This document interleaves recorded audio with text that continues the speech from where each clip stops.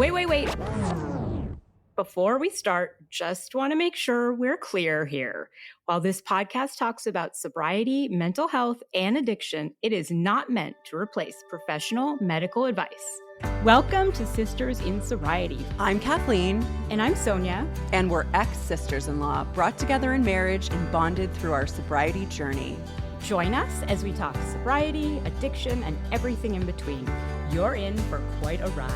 And our Substack is buzzing with amazing content, from creative mocktail recipes to insightful courses and reflective exercises. There is something for everyone. Don't miss out. It's a great way to add some extra joy and depth to your journey. Check it out.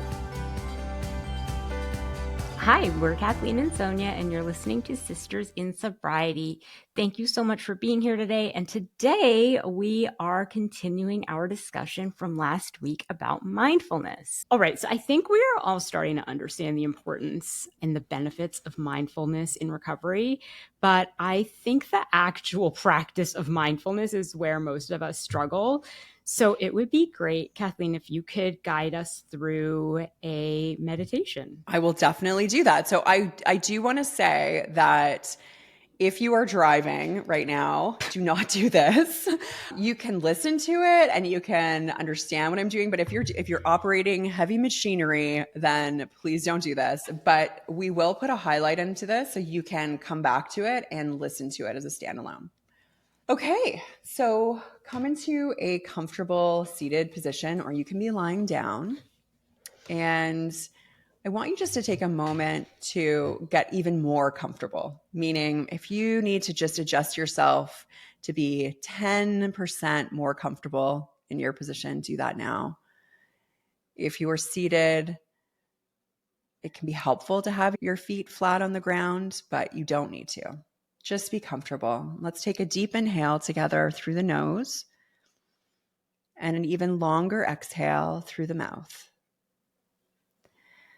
And we're going to do today a sober meditation. And sober stands for stop, observe, breathe, expand, and respond. And this practice will guide you through a process to help you stay grounded and make mindful choices, especially in challenging moments. Let's begin. Taking another deep breath through your nose and a long exhale through your mouth.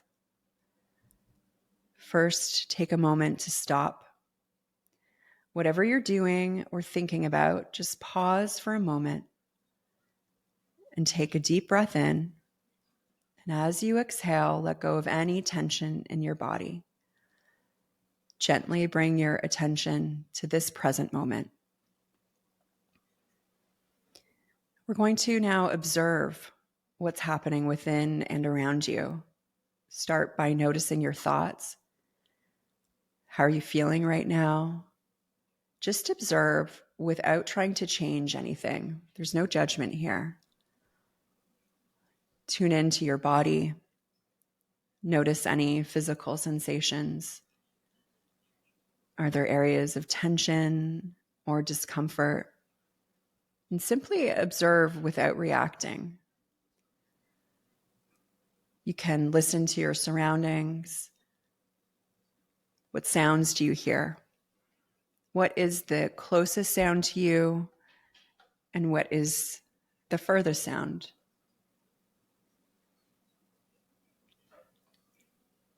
Noticing how your body might be sitting or laying down on a surface. What is the physical sensation there? It might be texture of fabric. It might be pressure. Just noticing again. Now we're going to move to our breath, focusing on our breath. Taking a deep breath in through your nose and slowly exhale through your mouth. Breathe in again. And this time, feel the cool air entering your nostrils. Exhale slowly and notice the warm air leaving your body. Just continue breathing deeply and slowly, allowing each breath to bring you into a state of calm. Let's now expand our awareness, feeling the ground beneath you and the space around you. Imagine that each breath, you're creating more space within yourself.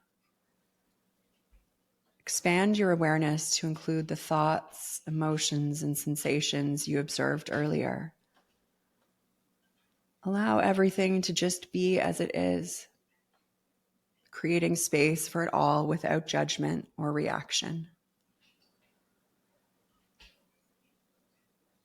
And now that we've created space, let's respond mindfully. If you're facing a specific situation or challenge, think about how you want to respond. With the awareness you've cultivated, choose a response that aligns with your values and supports your well-being. And if you're not facing any specific challenges, just set an intention for the rest of your day, like being kind to yourself or others. Just take a moment to either respond mindfully or take a moment to set this intention. Let's take another deep inhale together through the nose and out through the mouth. When you're ready, you can gently open your eyes if they've been closed. Come back into the space you're in now. And you can remember you can use this sober technique, this sober meditation, whenever you need to pause, ground yourself, or make mindful choices. How was that for you, Sonia? That was amazing. I think that what I've been missing is the guided part of the meditation.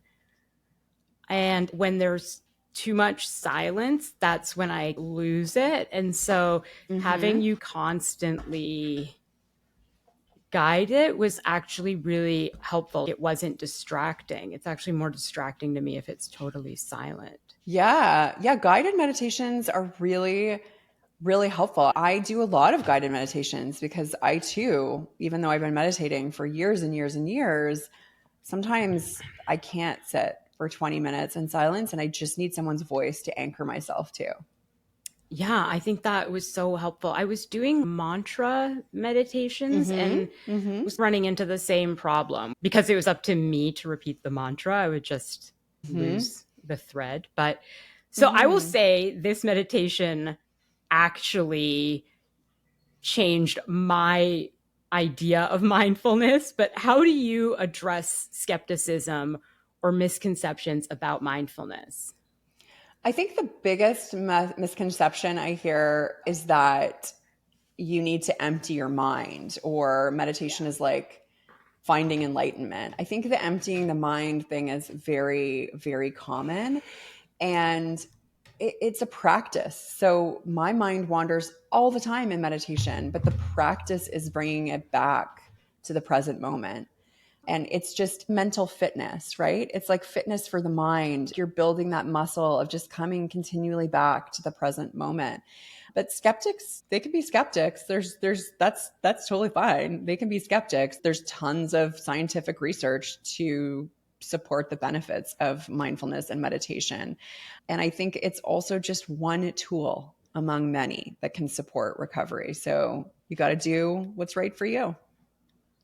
Can mindfulness be practiced in a group setting for those in recovery? We do a lot of group support meetings. And is that something that's reasonable to think about? Yes, I actually love meditating in a group setting. I find it so powerful. And so, yes, it can really be used in recovery in a group setting. Group mindfulness sessions can foster a sense of community and shared experience, and they can also provide a supportive environment. I personally find I go deeper into my meditations when I'm in a group. I don't know what it is, if it's the energy of the group and I'm able to just like go deeper into my meditations, but I love meditating in a group.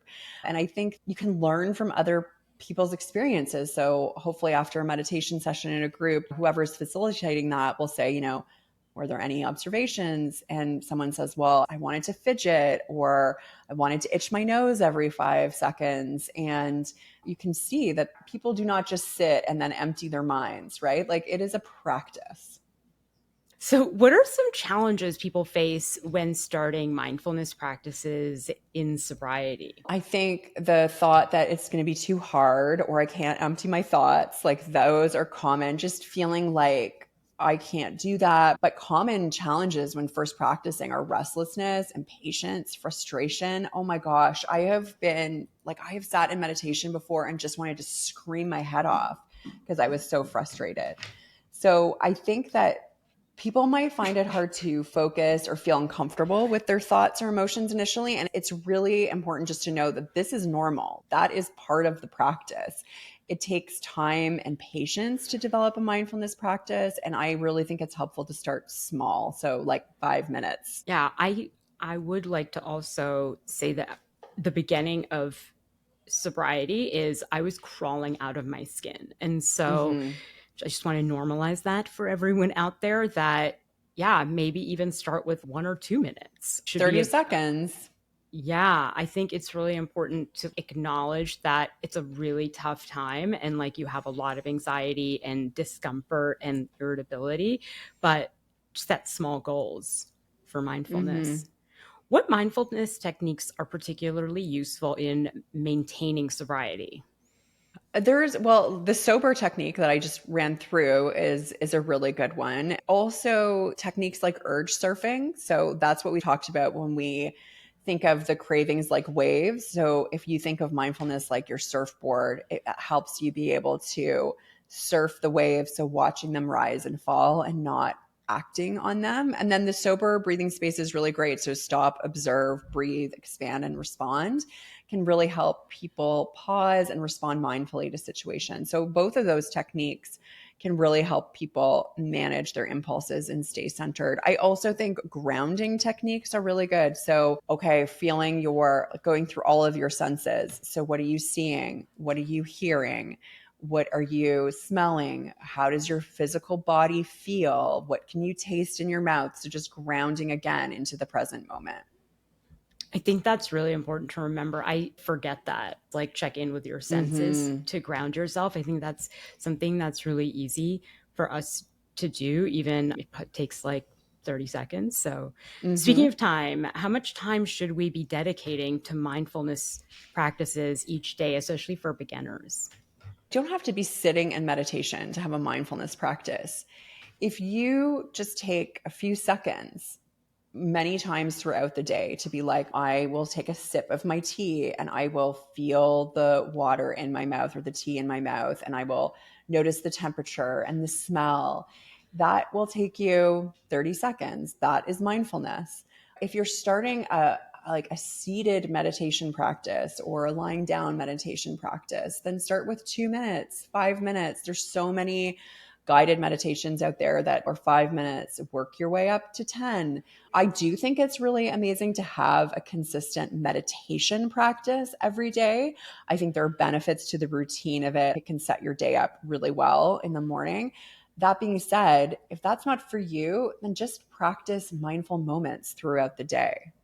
The key is really consistency versus the duration. This is actually something I struggle with when I'm in an acute kind of crisis or acute anxiety. Mm-hmm. That's when the concept of mindfulness just goes out the door. So, what are the best practices for mindfulness when you're feeling overwhelmed or in a crisis? We'll start with the breath. So I think if you just focus on your breath, so okay, if you're in a crisis or you feel like I'm spiraling here, just focus on your breath. So slow, deep breathing can help calm the nervous system, and like the grounding exercises like we talked about, so noticing the sensation on your feet on the ground or even naming 5 things that you can see can bring the focus back to the present moment. And then also, we need to do these practices with compassion, right? We should not be having self judgment in this. It's okay to seek additional support if you need it in these moments, but really trying to see yourself with compassion and say, I'm having a hard moment right now. Things are hard for me right now. Things are challenging for me.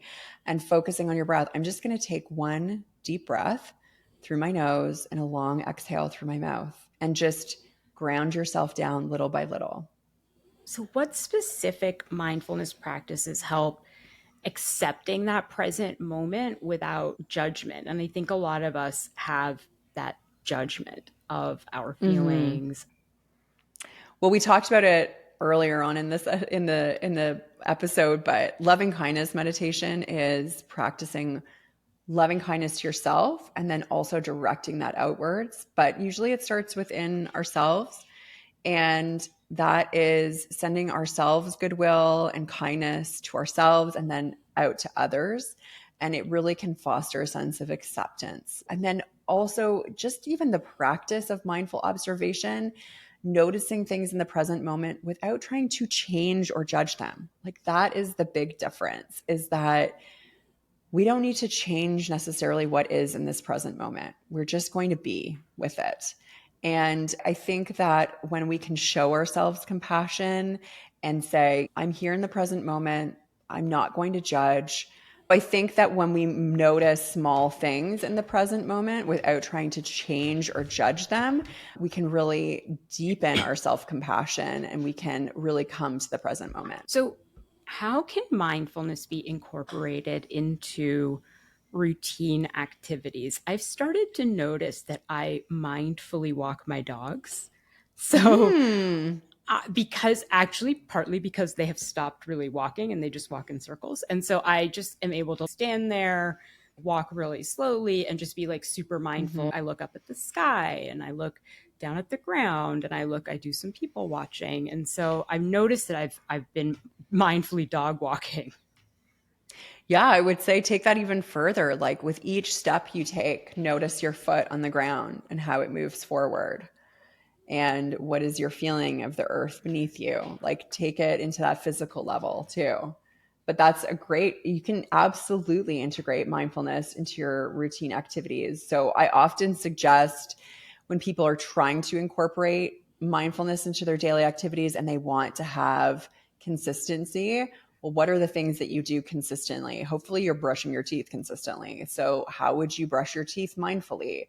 Would you pick up the toothbrush, you feel it in your hand, you put water on the toothbrush, toothpaste, smell the toothpaste, look at it, put it in your mouth, just be mindful. I think eating is so great at being mindful. Like, there's so many, the colors of what you're eating, the smells, the taste, the texture. And walking is there are lots of walking meditations. And I think walking is a great thing to do as well when you're not, think how many times we walk from point A to point B and we're just rushing and we can't even remember what you saw in between point A and point B. So what if you were able to take a few minutes and really mindfully take that walk, take it in the present moment? Yeah, that does sound like it would really help. I think the other thing I'm sure people are wondering that are listening, how quickly Mm. can someone in recovery start to see the benefits of incorporating mindfulness practices into their routine? So this really varies from person to person. I have seen with clients, their mood and stress levels improve from a few days to a few weeks of regular practice. The research says that I've read that about 6 weeks of consistent practice, you really, really, really see a significant difference. So over time, the benefits can be more pronounced as the practice becomes more integrated. And I think over time as well, like when it's integrated into your life and it becomes a part of your life, things just change. Like, I am less reactive than I used to be. I'm not saying I'm not reactive all the time, but I am much less reactive than I used to be. And that's definitely due to my mindfulness practices, because I'm very aware of what's happening in my body, in my mind, with my emotions. And I think that it takes some time to cultivate that, but it's definitely possible. And I think, yeah, people can see results within a few days. Wow. Okay. And I love that you gave us that meditation, but what are some other resources or tools you recommend for someone who's interested in exploring mindfulness as part of their recovery? There are a lot of great books and apps and online courses to explore mindfulness. A couple of books that I would recommend: The Mindful Path to Addiction Recovery by Lawrence Peltz is great. I am a huge fan of Tara Brach, as you know, Sonia, and her book Radical Acceptance is amazing. I also recommend this app called the Healthy Minds app, and it's free. So there's a lot of apps out there like Headspace and Calm, and Insight Timer, but they are not all free. But the Healthy Minds app is by the Center for Healthy Minds at the University of Wisconsin-Madison, and it was created by a research team there. They have great guided meditations that sort of bring you through a series or a program, and I definitely recommend that to my clients. It's a really good one.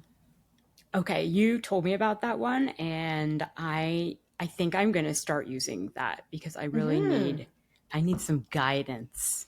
Yeah, for sure.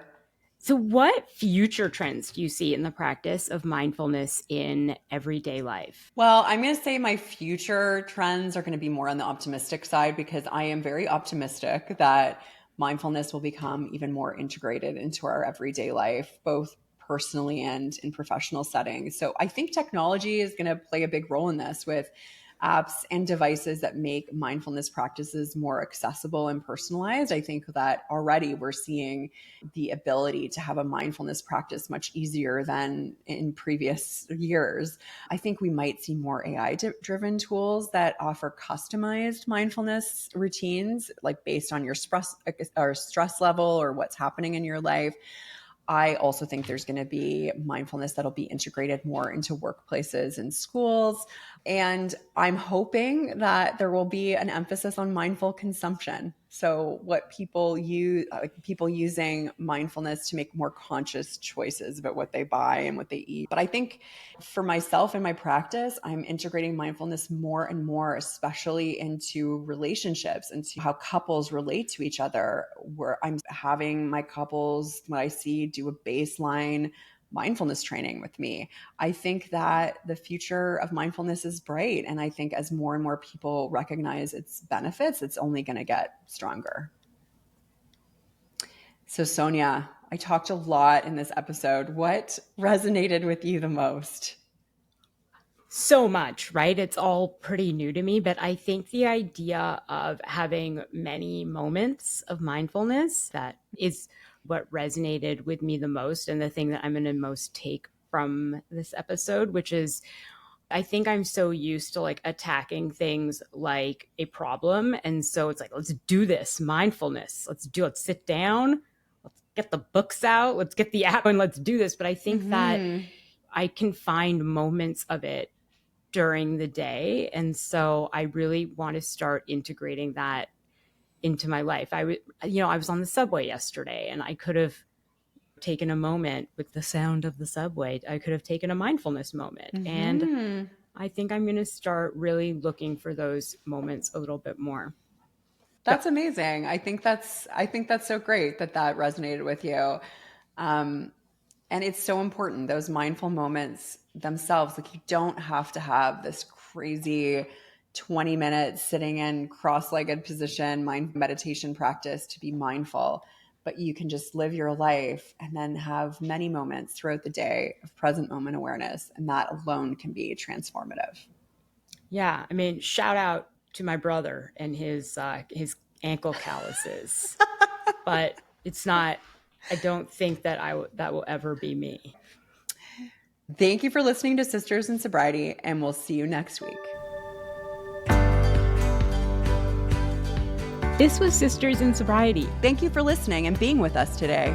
If you want to learn more about sobriety and meet your community, find us at sistersinsobriety.substack.com. Are you a sister in sobriety? Then reach out on social media. We'd love to hear from you. If you're feeling generous, leave us 5 stars and a review and follow us wherever you listen.